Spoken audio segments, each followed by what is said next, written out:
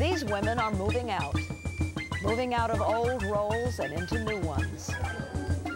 Is personal growth an answer to reducing population growth?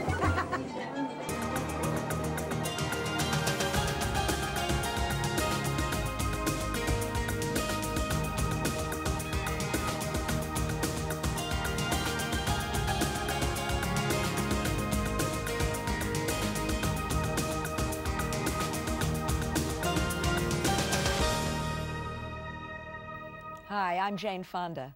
Welcome to People Count. From the time humans started walking the earth until the early 1600s, world population grew to 1 billion. It took more than 300 years to add the next 2 billion. In 1999, the world's population soared to 6 billion, doubling in less than 40 years. Can the earth accommodate this type of growth? More than 180 countries say no. They voiced this opinion at the 1994 United Nations Conference on Population, which shifted the focus from numbers to the people behind them, women. As the ones who give birth, raise and nurture children, women are the key to stabilizing population. Where women are poor, uneducated, and don't have access to family planning, family size is large. Worldwide, new opportunities are allowing women to have more say in their families and their lives. According to the United Nations Population Fund, when the education, status, and rights of women are advanced, women choose to have smaller families. Photojournalist and filmmaker Barbara Pyle travels to Jordan, a place where this formula is rewriting the rules on women's roles. For centuries in the Middle East, women walked in the shadows of men. But today, they are stepping out of traditional roles and into new ones. They're becoming entrepreneurs, building businesses with their own hands, making crafts, clothing, and cuisine. These women have a royal partner on their side who's making it all possible. I'd really like to see Jordanian women participating fully in the development of Jordan at every level. While the late King Hussein led the March for Peace, his youngest sister, Princess Basma bint Talal, is leading the March for Women's Equality. In 1977, she created a fund to empower Jordanian women.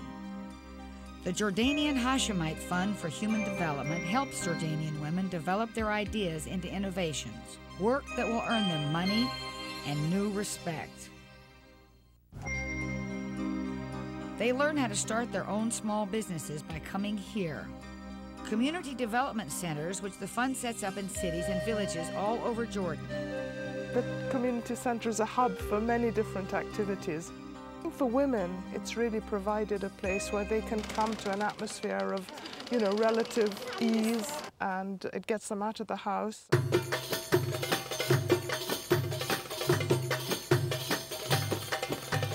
Once they are out of the house, women are exposed to new ideas and opportunities.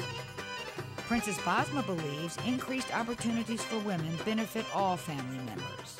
Why did you decide to focus on women? The opportunities and the achievements that women have reached aren't equal to men's yet. They're the center and the core of the family, and they can really play an effective role in the community. The more educated and aware women are of all the benefits of change, of development, the more they want the same for their children. So they're also improving the quality of life of their children and of their surroundings. So it's not just them, it's everybody around them. A report by the Washington, D.C.-based Center for Partnership Studies backs up her thinking. The survey of nearly 100 nations finds that when the status of women is higher, the quality of life for everyone improves. When women have resources like education and training, they can help improve the situation in their country. I believe in really through giving people, and especially women, leadership skills, changing attitudes, giving them confidence, really, getting them to believe that they have the capability to do, whatever they want to do. In order to do what they want to do, the women need free time. So the Jordanian Hashemite Fund for Human Development factors daycare and preschool into the centers. This way, women can earn new skills beyond mothering and housekeeping. Do you visit these centers? A lot, yes, a lot. I think, you know, in any sort of developmental work, it's really completely dead if you're going to do it from an office. You have to be in the field, and that's where you get your inspiration from people, actually. Oh, that's because you have Samara is one of many women who helped spread Princess Basma's message. As a field worker, she's helping women share their experiences with other women by having them put pen to paper. Isolated communities are suddenly connected when women in urban centers write letters to their rural sisters. As different centers exchange letters, words become windows.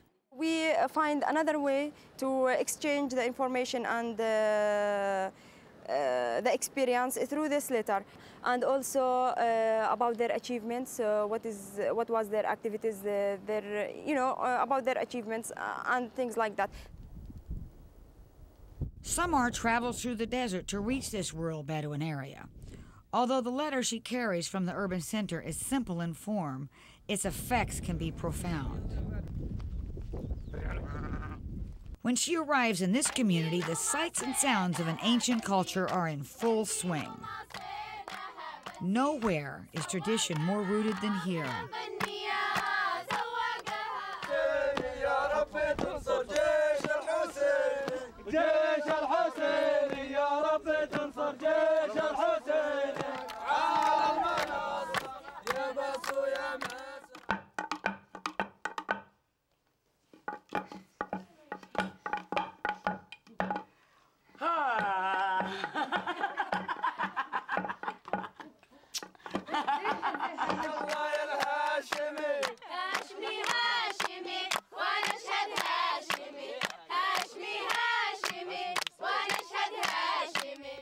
Princess Basma's goal is to have the Bedouins experience the benefits of development without losing their heritage.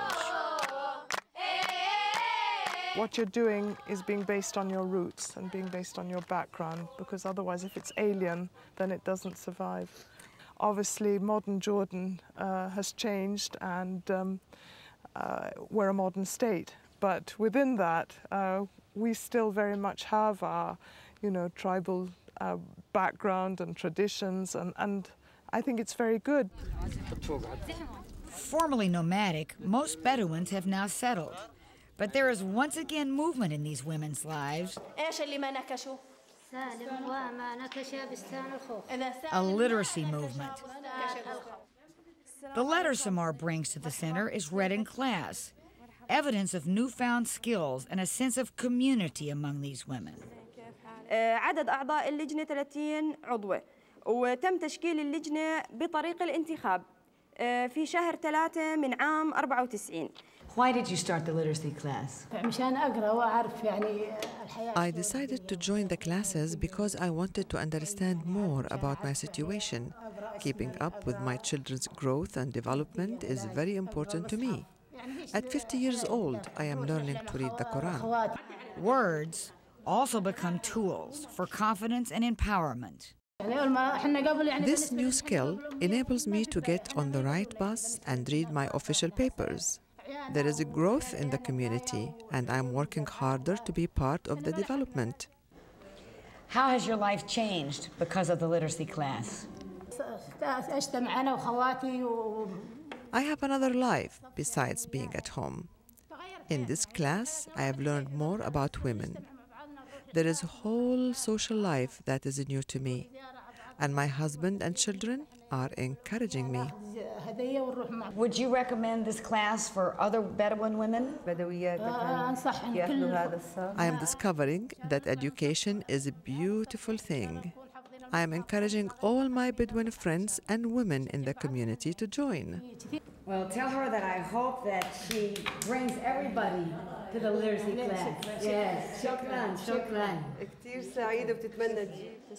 While these women are building their literacy skills one word at a time, they are gaining other rewards at home.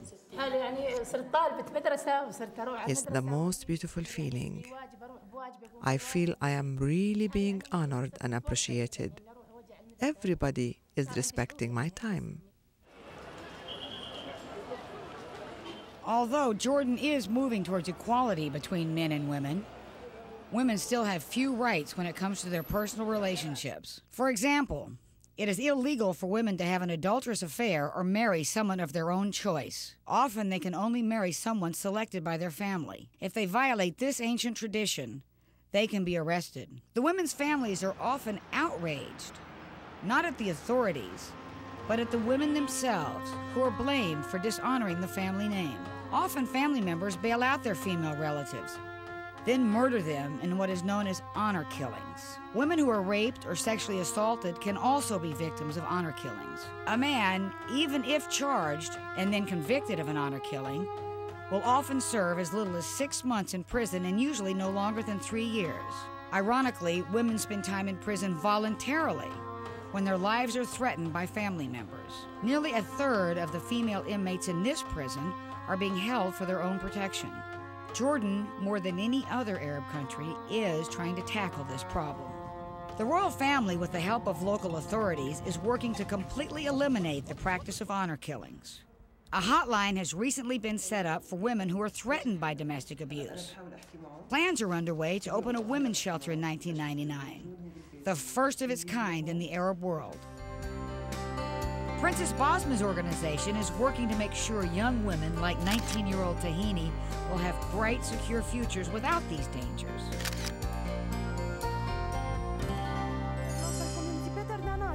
So I established these women committees and then train them how to work as a team. They are the link between the social center and the local community. I heard about the committee and Princess Basma from my school principal. I heard they would offer different courses and training at the center, and it appealed to me and my friends. We came and started taking a traditional course on weaving or tricot. Since then, I've become very active in the committee and I've grown personally.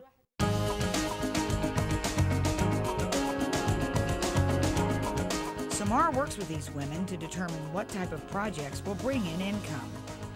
In Jordan, men are still the principal breadwinners.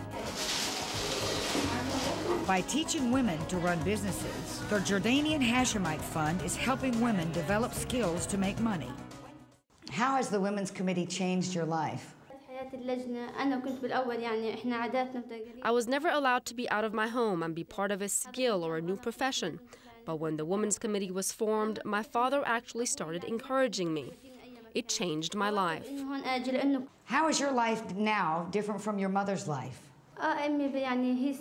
My mother's role is confined to do a farmer's wife. She milks the cow and processes cheese and all sorts of food. Since I joined the committee, I am totally different than my mom. I'm not confined to that domestic role, and I'm part of the larger community than just a farm at home. And I'm really, really happy. This happiness not only produces smiles, it also produces untraditional opinions. Although Tahini comes from a family of 10 children, she's planning a different future for herself. And when you get married, how many children do you want to have? I think maybe 3, 4, not more than that. Things have changed since old days. Now the new educated generation thinks differently than before. The socioeconomic situation has changed, and we can no longer think of large families. Well, the minute they start working, really, eventually, work takes over and, they have time for their homes and families, but they also have something else besides just, having children. Jordan's fertility rate is still one of the highest in the region. While the average family size in Jordan is 4 to 6 children, families in less developed areas often have 12 to 14 children. Things are changing, though. Recent studies show a steady decline in family size. Sociologists in Jordan suggest that tough economic conditions have led Jordanians to choose smaller families. Princess Basma thinks it also has to do with women's increased self-esteem. They can, talk with more, assertion within their own families. They're able to decide what they want to do with their lives. Young women like Tahini are a prime example. Instead of raising a family at a young age, she's helping cook up profits in her hometown of Kafran. one of the poorest areas in Jordan. What are these women doing here, Samar? They are preparing sandwiches to sell it in the schools for the pupils. Now they are preparing 170 sandwiches.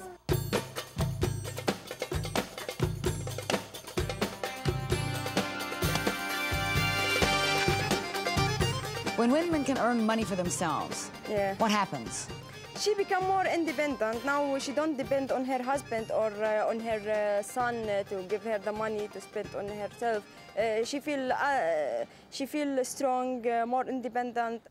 They become very much more organized, and they become their own, their own decision makers. As I say, so it's not something that's being imposed on them by an organization or by a consultant or by, they are the masters or, let's say, mistresses of their own change, and that's good. While some of these women are learning new skills, women like Hanan and Mona are reviving traditional ones.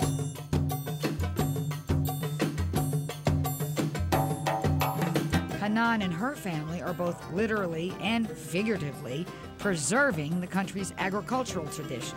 What are we gonna make? Jam. Jam? Jam, yes. What are these? Are these figs? Fruit. Fruit. How long do you cook it? 1 hour. 1 hour. Do you sell the jam? Yes, in rural market.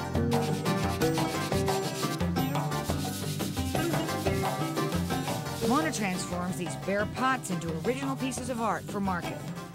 But much more than her pots are being transformed. How would your life be different if you hadn't joined the Women's Committee? I think just no have any active, just sit in house, and not make it anything, just finish job in house, just sit all day. Is that what many women do? Almost, yes. And how old are you? 25, 24. Are you married? No. Why are you not married? Because I want to be free. Want to be free? Yeah. You like that? Yes. And what do you do when you're free? I can make anything I want. And that's what these women are making and selling at this weekly rural market, anything they want. Samar, what was it like when they first started these markets? Was it easy for the women to come sell? No, it wasn't easy because at the beginning they become shy. They were too shy. It's a very new experience for them. How they said, "Oh God, how we will come to this rural market and stand and sell our product." When they first started these markets, some of the women were so shy, they gave away their products rather than set prices. Today, there is more than goods displayed here. There's pride and confidence. You can see it in their faces. It's exciting to see their labors of love in the marketplace. Hi, Mona. Hi. Nice to see you again. Which is the pot that you were working on when we were at your house? What? Which pot were you working on at your house? This is the jam that they prepared in their house. Uh-huh. And you sold everything, Hanan, huh? Yeah, and you could notice Hanan sell everything, yeah.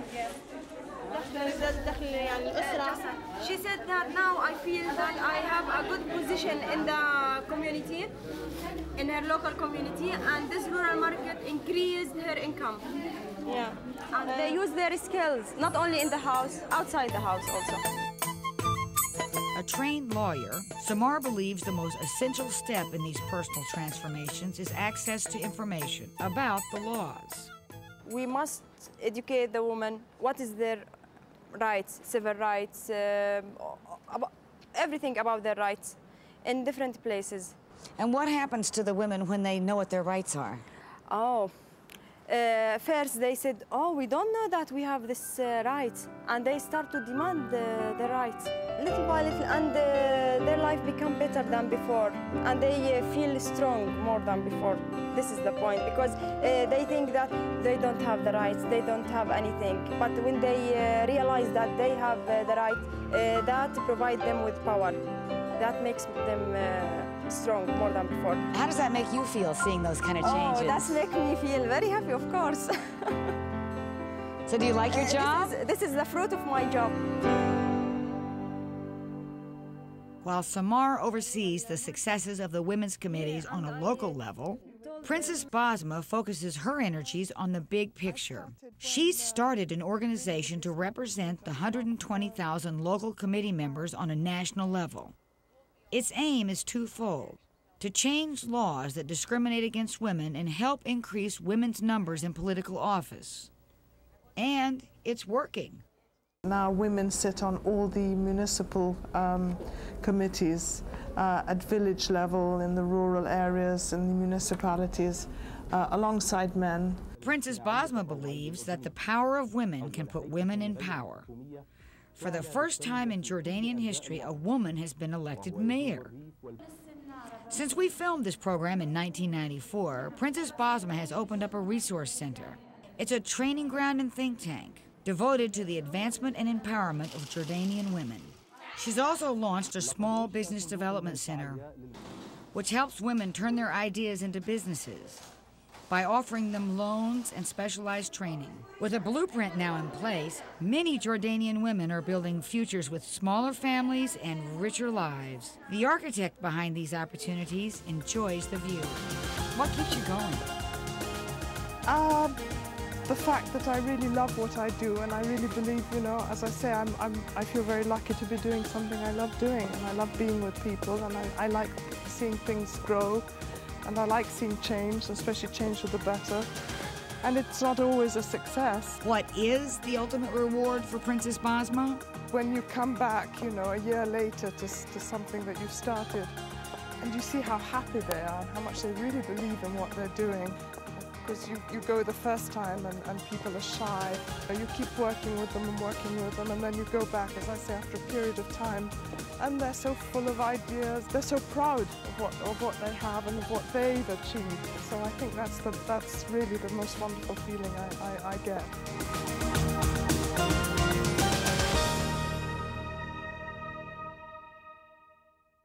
There's evidence that Princess Basma's vision may be reaching its desired audience. Along with women choosing on their own to have smaller families, men are increasingly accepting family planning. According to a Jordanian study, 82% of religious leaders in the region now believe family planning is permitted under Islamic law. While more than half of women here in their childbearing years still use the traditional family planning methods, over a third are choosing to use modern contraceptives. Still, worldwide, 120 million women who want family planning services don't have access to them. Women in every society profoundly influence the lives and well-being of their families and their communities, but major shortcomings in legal rights and opportunities prevent many women from reaching their full potential. To learn more about women's issues and the year of 6 billion, contact the United Nations Population Fund, UNFPA, Information Division, 220 East 42nd Street, New York, New York, 10017, USA. I'm Jane Fonda. Thank you for joining us on our worldwide journey, proving once again that the actions of all people count.